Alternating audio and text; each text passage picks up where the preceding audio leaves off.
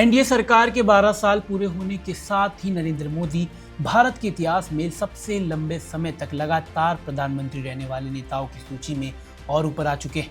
लेकिन इन 12 सालों के बीच एक बहस फिर से तेज हो गई।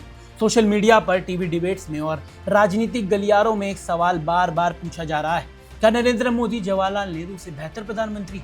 इस बहस को हवा और मिली जब सितंबर 2025 में केंद्रीय गृह मंत्री अमित शाह ने दावा किया कि जब इतिहासकार भारत के अलग अलग प्रधानमंत्रियों का मूल्यांकन करेंगे तो उन्हें नरेंद्र मोदी का कार्यकाल सबसे प्रभावशाली दिखाई देगा। लेकिन क्या वाकई मोदी और नेहरू की तुलना की जा सकती है? क्या दोनों को एक ही पैमाने पर मापना सही होगा, या फिर दोनों की परिस्थितियां, चुनौतियां और उपलब्धियां इतनी अलग थी कि यह तुलना अपने आप में अधूरी है? नमस्कार, मेरा नाम है दीपक बिष्ट और आप देख रहे हैं वन इंडिया हिंदी। आज हम आपके सामने 4 ऐसे फैक्ट रखने वाले हैं जिसके आधार पर आप खुद तय कर सकते हैं कि मोदी और नेहरू की तुलना करना कितना सही है और कितना गलत। हम किसी पॉलिटिकल पार्टी का पक्ष नहीं लेंगे, बल्कि सिर्फ हिस्ट्री, फैक्ट्स और ग्राउंड रियलिटी के आधार पर इस पूरे मुद्दे को समझने की कोशिश करेंगे।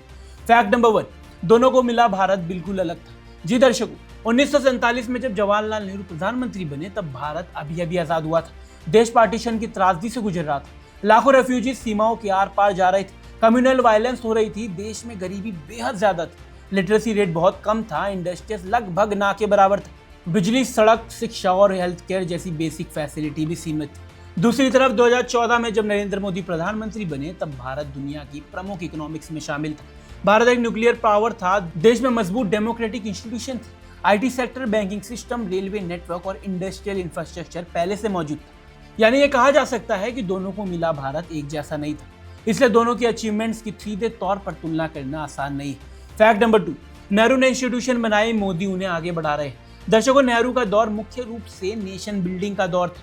देश के कॉन्स्टिट्यूशन को लागू हुए ज्यादा समय नहीं हुआ था। डेमोक्रेटिक इंस्टीट्यूशन को मजबूत करना था, इलेक्शन कमीशन को स्थापित करना था, जुडिशरी को स्वतंत्र बनाना था, हायर एजुकेशन के लिए आईआईटी जैसे इंस्टीट्यूशन बनाने थे, साइंटिफिक रिसर्च को बढ़ावा देना था, बड़े पब्लिक सेक्टर इंडस्ट्रीज खड़े करने थे। और यही कारण है कि नेहरू के समय में बकरा नंगल जैसे बड़े डैम बने, आईआईटी स्थापित हुई, साइंटिफिक इंस्टीट्यूशन की नींव रखी गई और पब्लिक सेक्टर को बढ़ावा दिया गया। वही नरेंद्र मोदी का दौर नेशन बिल्डिंग के शुरुआती चरण नहीं था, बल्कि एक एस्टैब्लिश्ड नेशन को आगे बढ़ाने का दौर है। मोदी सरकार का फोकस पूरी तरीके से digital India, UPI, make in India, infrastructure expansion, expressway, semiconductor, startup ecosystem और ग्लोबल इन्वेस्टमेंट जैसे क्षेत्रों पर रहा है। यानी एक नेता इंस्टीट्यूशन बना रहा था, जबकि दूसरा उन्हीं इंस्टीट्यूशन के सारे देश को नई दिशा देने की कोशिश कर रहा है। फैक्ट नंबर 3, दोनों ने बिल्कुल अलग दुनिया में शासन किया है।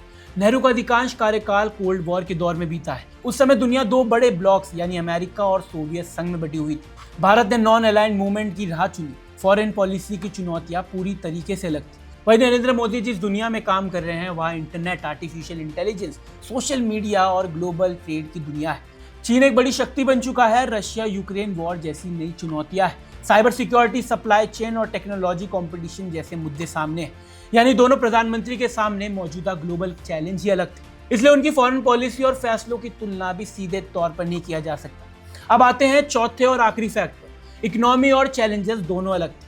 जवाहरलाल नेहरू के समय भारत की इकोनॉमी बेहद छोटी थी। देश की सबसे बड़ी चुनौती थी फूड प्रोडक्शन बढ़ाना, इंडस्ट्री स्थापित करना और सेल्फ रिलायंस की ओर बढ़ना। वही नरेंद्र मोदी का समय भारत दुनिया की सबसे तेज और बढ़ती इकोनॉमिक्स में से एक है। आज चर्चा digital payment, startup, G20, foreign investment, manufacturing और सप्लाई ग्लोबल चेन की ओर होती है। यानी दोनों नेताओं के सामने इकोनॉमिक चैलेंज और गोल पूरी तरीके से अलग थे। अब सवाल आता है कि क्या नरेंद्र मोदी और नेहरू की तुलना बिल्कुल नहीं की जा सकती? तुलना की जा सकती है, लेकिन सावधानी के साथ। अगर बात डेमोक्रेटिक इंस्टीट्यूशन की स्थापना की होगी तो नेहरू का नाम आएगा, और अगर बात डिजिटल ट्रांसफॉर्मेशन और मॉडर्न इंफ्रास्ट्रक्चर की होगी तो नरेंद्र मोदी का नाम आएगा। अगर बात नेशन बिल्डिंग की होगी तो नेहरू महत्वपूर्ण होंगे, और अगर बात 21वीं सदी में भारत की ग्लोबल पोजीशन की होगी तो मोदी महत्वपूर्ण होंगे। यही कारण है कि इतिहासकार अक्सर नेताओं का मूल्यांकन उनके समय, परिस्थिति और चैलेंजेस के आधार पर करते हैं, न कि सिर्फ पॉपुलैरिटी के आधार पर। बाकी फैसला आप खुद कीजिए। आपको क्या लगता है, क्या मोदी और नेहरू की तुलना हो सकती है, या फिर दोनों को अलग अलग दौर के हिसाब से देखा जाना चाहिए? कमेंट करके अपनी ओपिनियन, अपनी राय हमारे साथ जरूर शेयर करिए। बाकी देश दुनिया की ऐसी खबरों के लिए देखते रहिए one India Hindi. Subscribe to One India and never miss an update. Download the One India app now.